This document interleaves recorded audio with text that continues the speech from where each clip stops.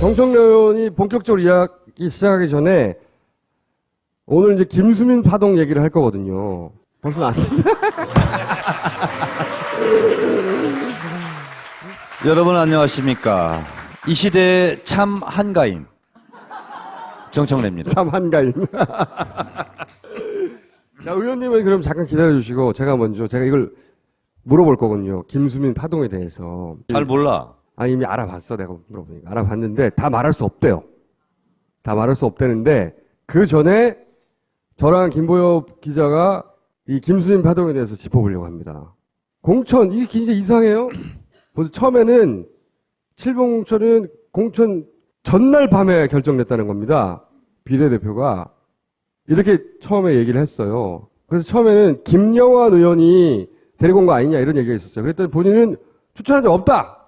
그리고 고위 인사는 김수민 붙인 전략을 몰랐다.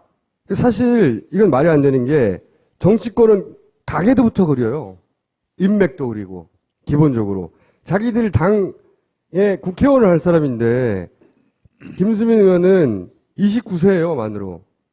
그럼 당연히 부모도 따져볼 거 아닙니까? 근데 몰랐다는 거예요. 왜 몰랐냐?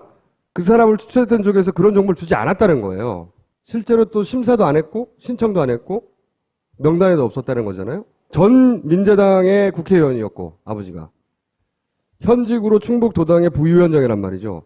그런데 그 자녀가 여기 국민의당의 비례대표야. 그리고 소위 금수저야. 왜냐하면 거기 사학 재벌이거든요. 기본적으로. 우리 당에서도요. 네. 오세훈 시장 동생이 비례대표 신청했었어요. 그렇죠. 그런 경우 가족관계 따져보고 그리고 이제 그 지지자들이 이렇게 밑을 여파 빠져서 그죠? 뭐 안 영입하잖아요. 근데 이번에는 제가 보기엔 일부러 말을 안 한 것 같아요. 그럼 누가 이 사람을 영입했냐?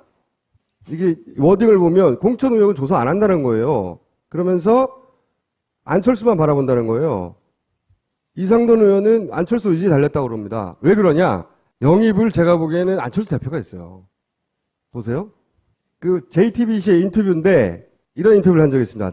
창당된 지 2달밖에 안 된 벤처인 국민의당 브랜딩을 청년 벤처에 맡고 싶다고 안철수 대표가 주문을 먼저 하셨어요. 처음에 인연을 묻는 거예요.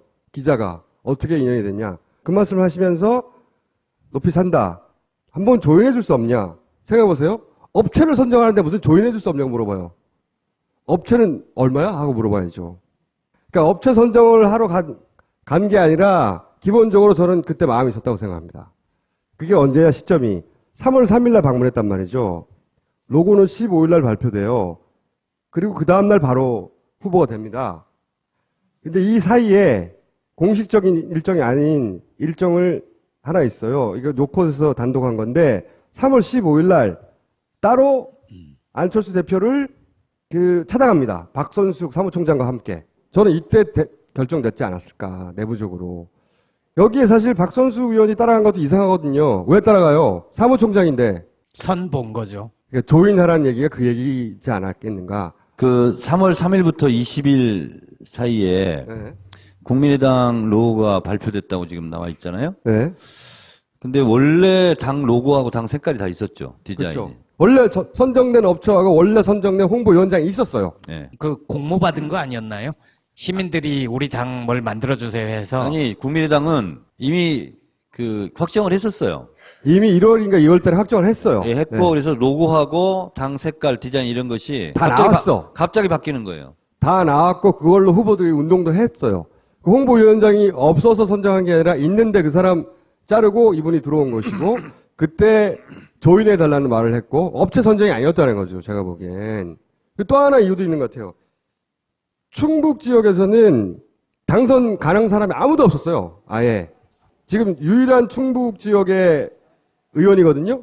그것도 좀 고려되지 않았을까. 또 하나는 제 생각에 이제 손혜원 위원장이 잘 나가니까 소위 이제 브랜드 전문가가 왔다. 우리는 젊은 사람이 왔다. 이런 이미지도 노렸던 게 아닐까. 복합적으로 노린 것 같아요. 근데 나랑 뭘 같이 분석해보자고 그러지 않았었어요? 말할 때가 나옵니다. 그러면서 또 하나 결정적인 게 나왔는데 이 호텔 선정되면서 잘려나가는 업체가 있거든요. 그 잘려나가는 업체가 브랜드 앤 컴퍼니라는 회사예요. 이 회사 대표가 나와가지고 14일 날 기자회견을 했어요. 그러면서 자기한테 왜 자른다고 했냐. 당의 설명은 안 대표가 젊은 후보로 내세울 수 있는 사람을 생각해서 이렇게 설명해 준 거예요. 그때 이미 내정됐다는 거죠. 그걸 당 내에서는 아니까 책을 못 묻는 거죠. 현재. 그래서 안철수 유지에 달렸다고 하는 거죠. 강력하게 추정하는 바이고. 자, 관행이다. 이 관행이라고 하면서 더 싼 곳이 있었는데 더 비싼 거 계약했다. 이건 이럴 수 있다고 봐요. 디자인도 잘했을 수도 있잖아. 그렇죠? 이거 의혹으로 제기인데 18억으로 또 다른 업체는 준비했는데 뭐 17억 준비했다는 데도 있고 원래는 공개 입찰하기로 했었거든요. 이거 무시하고 갑자기 수익계약으로 바꾼 거거든요. 18억이 액수가 딱 중요하다고 생각하잖아요. 저는 더 싸도 더 잘하는 것도 줄 수는 있다고 봐요. 그런데 이게 이제 아이엠 피터라고 인터넷상에서 아주 유명한 자생적인 리포터죠. 기자죠. 이분이 이렇게 정리한 건데 선관위가 밝힌 내용이에요. 이게 사무총장이 있고 사무부총장이 있고 왜 이분들이 등장하냐면 돈 관리는 이분들이 하는 거예요. 원래 당에서. 이분들이 업체를 선정하고 그 업체한테 일루 다시 김수민 비례대표의 회사였던 브랜드 호텔에다 일루 일감을 주라고 한 거예요. 그리고 여기도 TV 광고 업체도 역시 주라고 한 거예요. 이게 왜 관행과 어긋나느냐? 원래 리베이트는 이런 거예요. 만약에 회사가 있어요? 발주를 해요. 담당자가 있죠? 담당자가 업체랑 싸바싸바를 해. 야, 2억 들어가는데 2억 5천원을 쓰고 나 5천 줘. 이게 리베이트예요. 그러면 그게 항상 일어나는 일이면 그게 옳진 않지만 관행이라고 말할 수 있어요. 근데 이거는 그게 아니고 어떤 업체를 정한 다음에 그 업체에 이 왕주현 그 선관위의 기소 내용이에요. 선관위 고소 내용이에요. 왕주현 사무부총장이 이 업체한테 리베이트를 나한테 달라고 한 게 아니라 여기 주라고 한 거예요. 이런 계약은 굉장히 없어요. 그쵸? 리베이트를 지가 받았지. 왜 여기 주라고 그래? 여기도 마찬가지고. 그래서 이 업체 대표는 아까 기자회견을 했던 브랜드 호텔 때문에 잘라나갔던 대표는 디자인 업계 22년 정도 됐지만 이런 계약 구조는 처음 본다는 거예요. 왜 이렇게 해요? 게다가 또 이게 관행이 아니라고 할 수 있는 부분은 뭐냐면 체크카드를 받았고 일부를. 아니 정상적인 계약인데 왜 체크카드를 줘요? 관행이 아니라는 겁니다. 이 구조도 관행이 아니고 이 대금 지불 방식도 너무 이상한 거예요. 그렇잖아요. 오늘 기자회견한 건 체크카드 하나도 안 썼으니까 문제될 거 없다. 국민당이 자꾸 이 돈은 당에 안 들어왔다, 안 썼다 얘기하는데 리베이트냐 아니냐를 결정하는 게 아니에요. 그거는. 당이 거기 개입했냐 아니냐를 따지는 거지. 여기까지는 리베이트인 겁니다. 선관위의 그 고소 내용이 맞다면. 그러면 이거 주장하고 똑같네요. 내가 돈을 1억을 훔쳤어. 근데 안 쓰고 보관하고 있어. 그럼 죄가 아니다. 예리했어. 이런 주장인가? 날카로운데요? 네? 날카로워요. 안철수 대표는 억울할 수도 있어요. 당에 안 들어왔는데. 억울할 필요 없습니다. 본인이 한 말이에요, 이게. 안철수 대표가 이번에 국민의당 당대표 취임하면서 했던 일성이 뭐냐면 이번 총선에 모든 관행을 퇴출시키겠다고 그랬는데 전부 다 관행이라고 설명하고 있잖아. 또 하나. 그럼 이게 리베이트냐? 방금 얘기했지만 유입된 돈이 없기 때문에 리베이트가 아니라는 거잖아. 말이 안 되는 거예요. 유입된 돈이 없어서 당은 관계가 없다고 말할 수는 있어요. 주장으로. 유입이 되든 안 되든 그게 꺾기가 됐으면 리베이트인 거죠. 이게 공천 헌금이냐 라고 주장하잖아요. 아까도 얘기했지만 국민의당에서 어떤 업체에 줬어요. 이렇게. 근데 여기서 다시 이렇게 준 거예요. 그런데 이 사이에 계약이 이게 왜 이렇게 됐냐. 갑자기 비례대표 후보가 되면서 여기에 계약한 게 좀 이상하게 됐다. 직접 계약하려니까. 그래서 선관위가 조사를 하니까 나중에 차후 계약서를 만들었다는 거예요. 계약서를 만든 시점이 여기서부터 이상합니다. 근데 무슨 계약서를 만드냐면 맥주 광고 계약서를 만들어요. 전 여기에 핵심이 있다고 봅니다. 여기에. 왜 여기에 핵심이 있다고 보느냐. 왕 사무부총장이 이렇게 해명합니다. 자기는 몰아준 적이 없고 우리는 다 보고했는데 만약 업체 간에 리베이트가 있다면 우리가 알 수 없지. 이 말을 하고 싶은 거예요. 맥주 광고 계약을 맺었다는 것은 어떤 업체, A 업체가 광고 수주했어요. 여기서부터. 국민의당에서. 그런데 보니까 이 광고 수주한 업체가 자기들이 보기에 브랜드 호텔이 일을 잘해. 그래서 국민의당하고 상관없이 맥주 광고 줬다는 거야. 라고 말하고 싶었던 거예요. 그래서 당과는 상관없다고 말하려고. 왜 이렇게 했겠어요? 개입한 사람이 안 보이게 하고 싶었던 거거든요. 왕 사무부총장이 개입했다느니 뭐 리베이트를 주라고 했다느니 당이 개입한 걸로 안 보이고 업체끼리 한 걸 우리가 어떻게 알아요? 이렇게 말하고 싶었던 거예요. 의원님한테 물어보세요 좀. 나는 여기 와서도 한가하네. 당황해서 실수했다 뭐 그렇게 얘기했죠 나중에는. 이건 실수할 일이 아니죠. 선관위가 들어와요. 정신 바짝 차리고 계약 써야 되죠. 추후에 쓰는 건데. 근데 왜 굳이 맥주 계약을 했냐고. 소주 광고는 이미 손혜원이 장악하고 있잖아. 그래서 맥주로 하지 않았을까? 그게 뭘 말하느냐. 역으로 리베이트가 맞다는 방증 중에 하나예요. 당 인사들이 개입을 했고 꺾기를 했다는 방증 중에 하나죠. 김수민 의원에게 리베이트 줄 이유가 없어요. 비례대표라는 보상을 받잖아요.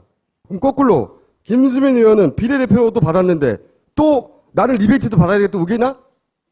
자기는 금수저인데 게다가 그런데 또 공천 헌금으로 너무 적어요. 비례대표 공천 헌금하면 막 10억대 막 그렇게 돼요. 20억대. 그거 문제될 수 있어요. 라고 빨리 추정한다고 얘기하세요. 네. 아니 잡힌 사례도 있잖아요. 예전에 양모 씨 같은 경우에 뭐 10억대 오가고 막 그랬거든요. 너무 적어요. 2억대면. 그러니까 공천 헌금은 저는 아닌 것 같은데 근데 당의 인사들은 개입한 것으로 추정되는 근거들이 좀 있고 그럼 이 돈은 뭘까? 여기서 이제 제가 정청래 의원에게 질문을 하고 싶은 겁니다. 내가 말했다간 큰일 날 것 같으니까. 이 2억의 성격이 뭘까요? 제가 당 사무를 여러 개 봤는데, 홍보 쪽은 안 해봤어요. 빠져나가려고. 아니, 진짜 홍보 쪽은 안 해봤어. 그거는 손혜원, 의원한테 다음 주에 좀 물어보시고요. 왜냐면, 저도 좀 이해가 안 가요. 달랑 2억 가지고 이런. 제가 그런 설명은 드릴 수 있어요. 국회의원 후보들이 총선이 끝나면 그 회계보고를 다 합니다. 한 2주씩 걸려, 이거. 사소한 거 하나하나. 선관위에서 다. 세금을 예. 지원을 받으니까. 그러니까요. 예. 왜냐하면 선거 공영제, 그래서 국회의원 마포울 같은 경우는 보통 1억 7, 8천이 한도액이에요. 그 정도를 넘으면 안 돼요. 그럼 당선 무효가 돼요. 그 정도를 쓰는데 보통 1억 8천이다 그러면 한 1,500 정도 여유를 두고 신고를 그만큼 쓰거든요. 왜냐하면 나중에 또 추가될 수 있는 비용이 있을 수 있어서 영수증에 빠져서 나중에 몰랐다. 영수증이 빠졌다거나 뭐 네. 하나. 그래서 보통 그 정도를 하는데 굉장히 타이트하게 조사를 합니다. 선관위에서. 네. 하나하나, 세목 하나하나, 이게 항목 하나하나. 제일 무서운 거거든요. 예. 선거할 때 돈 문제가. 그럼요. 잘못되면 당선 무효가 되는데. 게다가 이게 왜 무섭냐면 이거는 그 돈을 따져서 세금에서 보전해 주잖아요. 그렇습니다. 그러니까 꼼꼼하게 따진단 말이죠. 그러니까 조사를 해서 선거 공영제로 보전을 해줄 금액은 1억 2천이다. 이렇게 결정을 해요. 네. 100% 다 안 해줍니다. 네. 이건 선거 보전 비용으로 보전해 줄 수 없다. 그러면 어느 정도나 꼼꼼하게 다 선관위에서 조사를 하겠어요. 그렇죠. 근데 보통 회계장부는 그렇게 구성이 되는 거거든요. 엄청나게 시간도 좀 많이 필요하고 선거 끝나고 이 회계 담당자는 아주 골머리를 앓거든요. 한 2, 그렇죠. 3년 동안. 정리하려면. 근데 지금 이거 한 거는 너무 허술하잖아. 저도 이해가 안 가요. 선거가 되면 국가 보조가 들어오거든요. 홍보비에 대해서. 그래서 여러분들 각 지역구 후보가 있고 그다음에 당 공약이 있고 비례대표 후보는 전국에 있는 모든 가구에 다 들어갑니다. 그렇죠. 전국구니까. 그렇죠. 전국구니까. 그 돈을 한 20억씩 딱 주잖아요. 그죠? 그렇죠. 다. 그 정도로 제가 알고 있어요. 당마다 줘요. 당마다 그거는 1당, 2당, 3당 이건 차이가 없어요. 다 들어가야 되니까 전각으로. 전국에 다 뿌려줘야 되니까. 이것은 국가 돈이거든요. 그렇기 때문에 더 철저하게 봐요. 어디다 어떻게 썼는지, 야로가 있는지 없는지. 야로라니요. 아니 야로는 비속어가 아니에요. 그럼 국어 어디- 대사전에 등장하는 말이에요. 아, 그래요? 지금 그러면- 나를 막말로 모는 거야? 김모엽 아니었으면 큰일 날 뻔했잖아, 이거. 그러니까요.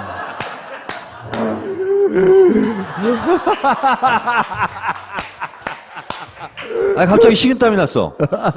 하여튼, 야로 맞는 거죠? 아니, 확인은 한번 해보겠습니다.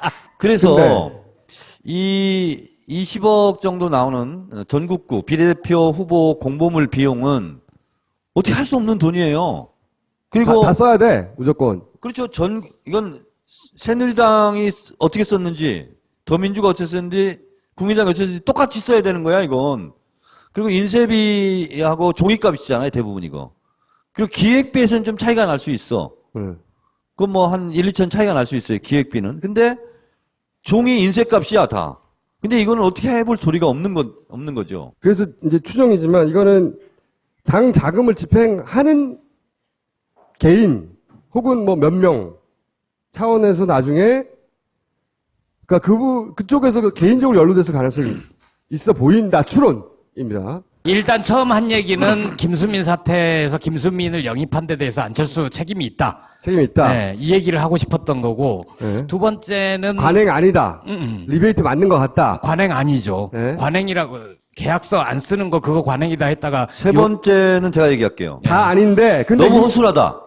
근데 이 돈의 성격을 모르겠다는 겁니다. 저는. 그러니까 당에 꽂혔느냐 개인이 착복했느냐. 아니 근데 김총수도 모르는 성격을 왜 나한테 물어봐? 당에서 이런 분야의 일을 하는 분들이 보면 금방 통법이 나올 거 아니에요. 그래서 제가 이제 한번 여쭤본 건데. 저는 잘 모르겠고요. 근데 이 대목에서 진짜 손혜원 위원장이 훌륭한 사람이에요. 왜냐하면 같은 홍보위원장이 있잖아요. 근데 손혜원 위원장 얘기 들어보니까 그 20억 들어왔잖아요. 20억 들어오고 또 중앙당 홍보물 20억 들어왔잖아요. 20억은 내가 관여하지 않겠어. 알아서 그냥 준 거예요.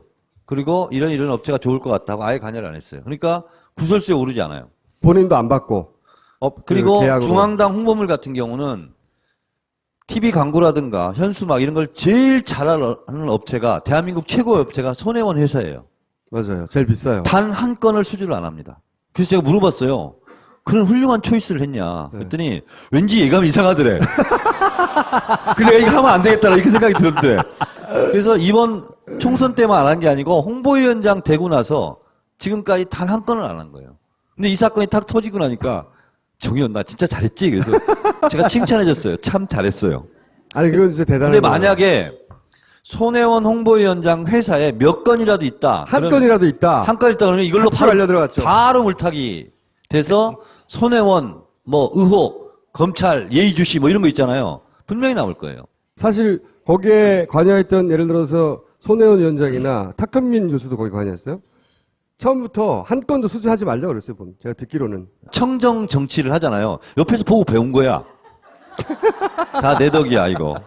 그 이상돈 의원이 진상조사 단장이에요. 그분이 어떤 방송에 나와서 아침에 인터뷰하는 걸 들었는데 만약에 이것을 검찰이 기소를 한다면 검찰은 엄청난 망신을 당할 거다 이렇게 주장하고 있어요.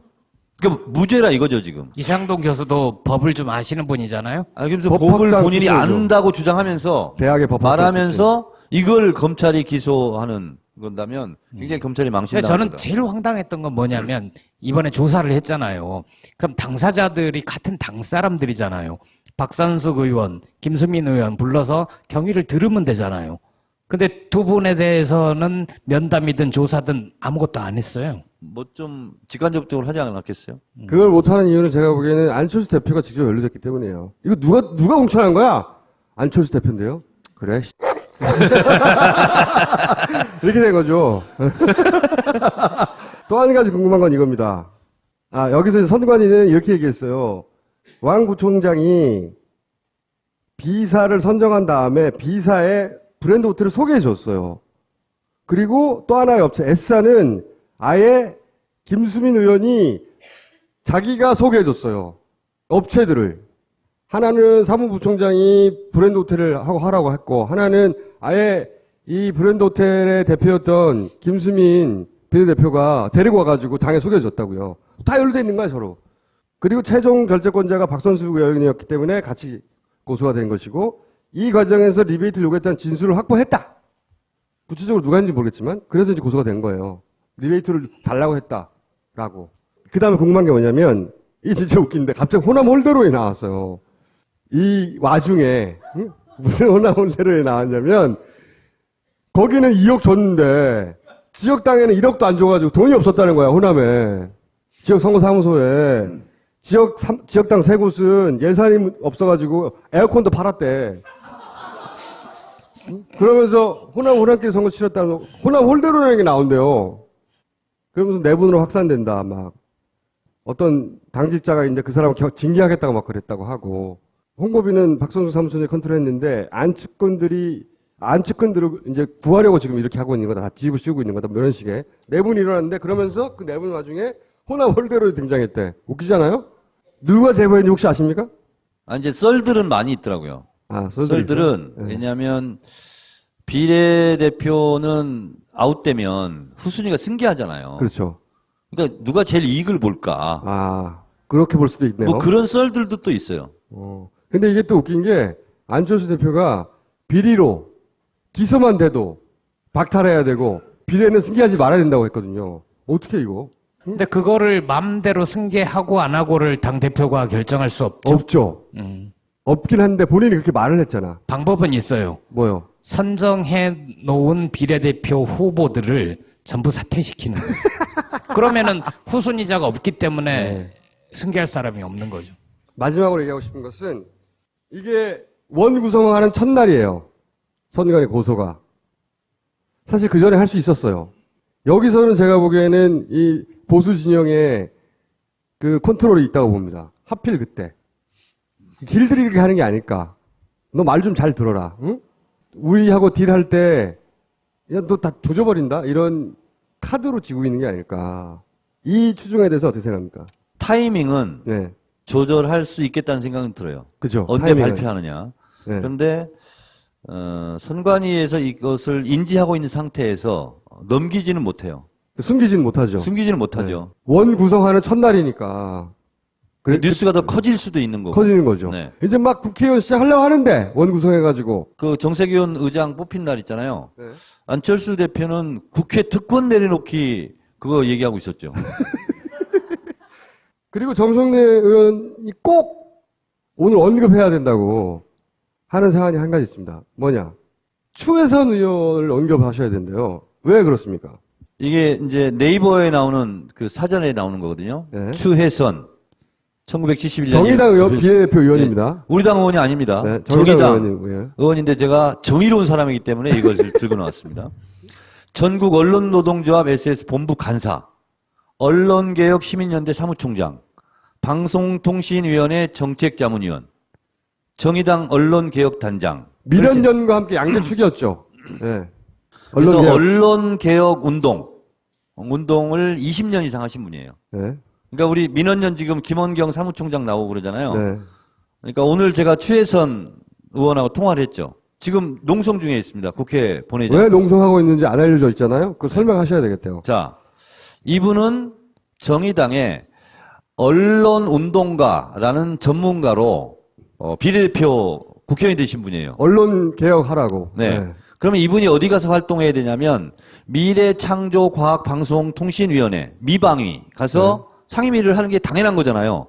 근데 이분이 전혀 관계없는 외통위로 지금 가 있어요. 그러니까 왜 그렇게 됐느냐? 이분이 뭐라고 표현했냐면 축구 선수를 농구 코트에 집어넣으면 어떡하냐. 어떡하란 말이야. 그렇죠. 개원 협상이라는 것은 국회의장을 누가 할 거냐. 뭐, 이 협상의 대상인 돼서는 안 됐지만, 그리고 상임위는 몇 대 몇으로 하느냐. 어느 상임위를, 어느 위원장을 누가 가지고 왔냐. 이렇게 합니다. 그러면 이제 8대 8대 1로 됐어요. 그러면 더불어민주당은 이 8개 위원장을 누구로 할 거냐. 이걸 선택을 해야 되지 않습니까? 그리고 투표해서 이제 다 뽑혔어요. 그 다음에 122명 국회의원을 상임위 배치를 합니다. 그리고 1지망, 2지망, 3지망을 쓰게 해요. 그러면 대체적으로 1지망은 교문위를 제일 많이 씁니다. 그 다음에 국토위, 뭐 이런 인기 상임위, 보건복지위를 많이 써요. 그쪽으로 확 몰려버려요. 그러다 보면 국방위 거의 한 명도 없을 수 있어요. 뭐 환노 이런 비인기 상임위는 인원을 못 채워요. 그러면 원내대표와 수석 부대표가 하는 일이 뭐냐면 그 인기 상임위에 몰렸던 의원들을 막 뜯어다가 설득해가지고 비인기 상임위로 보내주면서 대신 예산 결산 특별위원회 하나 넣어줄게. 뭐 정보위 하나 넣어줄게. 겸임 상임위 뭐 이런 식으로 하거든요. 네. 그러다 보니까 새누리당도 우리 당도 인기 상임위가 비슷해요. 국민의당도 이제 배치를 다 끝낸 거예요. 그러면 배치를 안 하고 있는 의원들은 무소속하고 비교소담체. 정의당 6명하고 무소속이에요. 네. 그럼 일단 다 먹고 갔어요, 지금 이제. 배치했어. 그 다음에 이 사람들은 국회의장이 빈자리, 이빨 빠진 자리 하나씩 넣는 거예요. 네. 근데 미방위도 누군가가 욕을 하고 있었대요. 무소속하고 비교섭하고. 그러니까 미방위를 갈 수가 없는 거야. 그래서 외통위를 보낸 거죠. 밀리는 거네요, 그러면. 밀린 거예요. 당의 힘에서 밀린 거네요. 그러니까 이거는 제가 더불어민주당 소속 의원이지만 새누리당이 챙겨주겠습니까? 정의당을. 그럼 우리가 먼저 챙겨야 되는 거예요. 그리고 나중에 더 협조를 크게 받아야 되는 거거든요. 그러면 노회찬 원내대표한테 6명 정의당 국회의원들 어디로 보냈으면 좋겠냐. 먼저 배치를 했어야 되는 거예요. 그러면 추혜선 의원을 미방위로 배치를 당연히 했겠죠. 그러면 미방위에 갈 우리 당 의원들 한 명을 설득해서 다른 상임위를 보낼 수 있잖아요. 우리는 여유가 있잖아요. 122명 있다 보니까 융통성을 발휘할 수 있잖아요. 근데 정의당은 정의당에서 필요한 상임위 16개를, 18개를 다 못 가요. 6개밖에 못 가. 국회의원이 6명이니까. 그러니까 정의당에서 봤을 때 중요한 1순위부터 6순위 상임위까지 갈 수밖에 없는 거거든요. 그래서 그런 배려가 아쉬웠다. 더민주에서도 누가 잘못한 거예요? 추호 선생 아닐까요? 아니 그걸 원내대표를 잘 지시를 했어야지. 지휘를 하고. 뭐든지 다 그쪽으로 가요. 왜? 정치 역학 관계상 그럴 수밖에 없어. 울산 쪽에 노동자 출신의 그 무소속 의원 2명 있잖아요. 그 두 분도 환노위를 못 가고 다른 상임위로. 한노위도 또 이렇게 연차적으로 밀린 거예요. 그러니까. 예. 방법은 없어요, 이제? 방법은 있습니다. 전례도 있고요.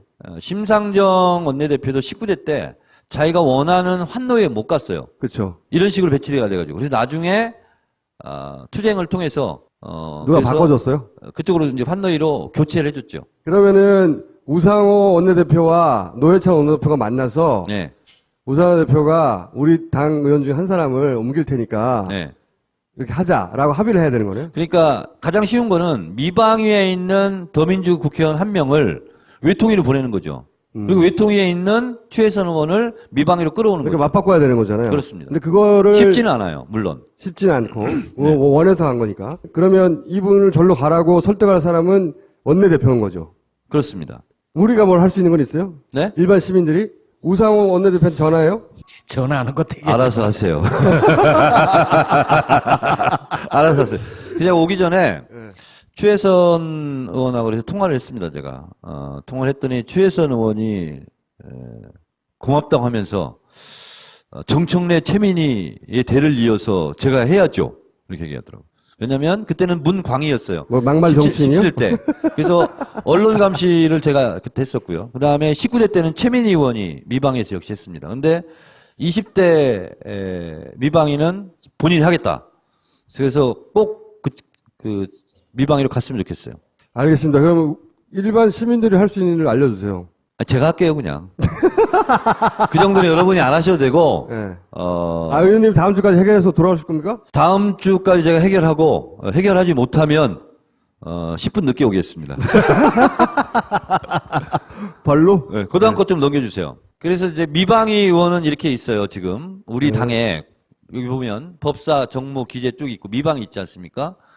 고용진, 김성수, 문미옥, 박홍근, 변재일, 신경민, 유승희, 이상민, 이재정, 최명길.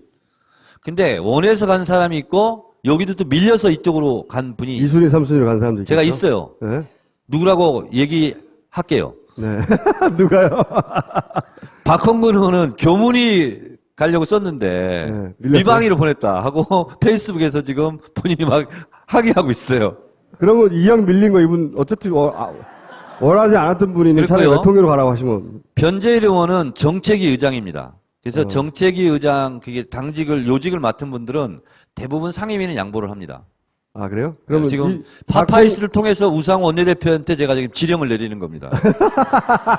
그 두 사람이랑 얘기를 해봐라. 네, 그리고 이상민 의원은 19대 때 법사위원장 했던 분이야. 누릴 만큼 누렸어. 저분도 설득 대상이야. 박홍근, 이상민. 변재일, 근데 이상민. 유승희 전 최고위원 지금 삼선됐죠. 이분은 미방위 전문가입니다. 의원님이 힘을 발휘하실 거면 그리고 네. 정의당이 딱 한 명, 네. 그 언론 전문가 딱 한 명 영입해서 딱 한 명 비례대표 됐는데 네. 그분이 결국 국회의원이 된 의미가 없이 딴 데 가버렸잖아요. 그렇습니다. 거기 꼭 들어가게 해주세요. 제가 해결하겠습니다. 방송 끝나고 나가면서 바로 전화 제가 하겠습니다. 이재명 시장 좀 이따 나온다면서요. 네. 기가 막힌 일이 벌어졌죠. 이재명 시장의 90일치 아, 일정을 내라. 근데 그것도 보통 공문으로 오거든요. 근데 손글씨를 썼어. 몇 월 며칠 해가지고 90일치 일정을 내놓으라고. 일정을 그런 내놔라. 그 법적 근거가 있어요, 그게? 근거가 없는 건 아니에요. 왜냐하면 행정자치부는 지방자치단체를 지휘, 통솔, 감독하고 네. 감사할 수 있거든요. 네. 근데 너무 치졸하고 옹졸하죠. 이재명 시장이 지금 단식하거나 이렇게 미운 짓 안 했으면 그렇게 했겠습니까? 말도 안 되죠. 그 이것은- 사진은 제가 봤어요. 그거는 제가 이재명 씨한테 직접 물어볼게요. 그랬더니 이재명 시장이 뭐라 그랬냐면 박근혜 7시간 제출하면 나도 제출하겠다. 그래서 내가 또 그걸 가지고 트위터를 썼지. 좋다. 그렇게 하면 좋겠다. 맞기만 하자. 근데 단식은요. 3일째가 제일 힘듭니다. 9끼째 넘어가는 게 제일 힘들고요. 지금 7, 8일 요때가 또 힘들어요. 2차 위기가 오는. 그렇죠. 겁니까? 2차 위기가 이제 지금 와 있어요. 근데 제가 24일간 단식을 할 때 느낀 건데 감옥에 있을 때 아무도 봐주지 않을 때는 진짜 숨을 내기 너무 힘들더라고요. 8일 하다가 포기했어요. 못했어 더 이상. 너무 힘들고 걸을 힘도 없고. 근데 어찌된 일인지 세월호 단식 때 24일간 할 때는 24일째도 너무 힘이 펄펄하게 남아있어. 이유가 뭐냐? 응원의 힘입니다. 그래서 이분이 24일까지는 안 하실 거예요. 내가 부탁을 했거든. 나의 기록을 좀 소중하게 생각해다오. 그래서 절대로 24일은 넘기지 않았으면 좋겠다. 만약 24일 넘어갈 것 같으면 어떻게 하실 겁니까? 그때는 제가 그냥 강제로 입원시키려고 그래요. 23일째 되면 내가 가 있을 거야, 거기가. 아니, 그러지 말고 의원님이 그때 그러셨잖아요. 가장 힘든 게 밤에 하도 차가 시끄러워서 네. 잠을 못 자는 게 제일 힘들다고. 네. 이재명 시장도 마찬가지일 거예요. 그러니까 23일째부터 22일째부터 거기 가서 공회전을 하세요. 밤에 새벽에. 아니, 지금 정도 되면 차 소리가 안 들립니다, 이제. 너무나 힘들고 피곤하기 때문에 그냥 차 소리가 자장가로 들려요. 그래요? 근데 실제로 힘들거든요. 근데 많이 사람들이 찾아오긴 하던데, 진짜로 많이 찾아가야 됩니다. 그래야 20일 정도까지 할 수 있어요. 그리고 딱 그만둘 수 있어요. 그래서 이재명 시장 많이 응원해 주시기 바랍니다. 네, 알겠습니다. 고맙습니다. 감사합니다. 예전에 말이야, 도낭칠 이노큐라는 분이 계셨어. 전 세계 불면증을 상대로 맞짱을 뜨신 분이지. 그 양반이 수면장애도 여러 개 작사를 내셨지. 그 양반 스타일이 이래. 너 불면증? 나 도낭칠 이노큐야. 그냥 뚜껑 따고 들어가. 물속으로 들어간다고. 그러면 팍! 이봐봐봐봐봐. 잠 안 오게 돼 있어. 현대인들 스트레스 때문에 잠 안 오게 돼 있다고. 그러면 이노큐가 딱! 들어가. 무조건 딱 들어간다고. 물 타서. 그런 불면증 개선 정신. 그게 필요하다. 제주보낭칠 이노큐. 우리는 생각했습니다. 실외는 가까운 곳에 있다고. 우리가 파는 것은 음료 몇 잔일지 모르지만 거기에 담겨 있는 것이 정직함이라면 세상은 보다 건강해질 것입니다. 그래서 아낌없이 담았습니다.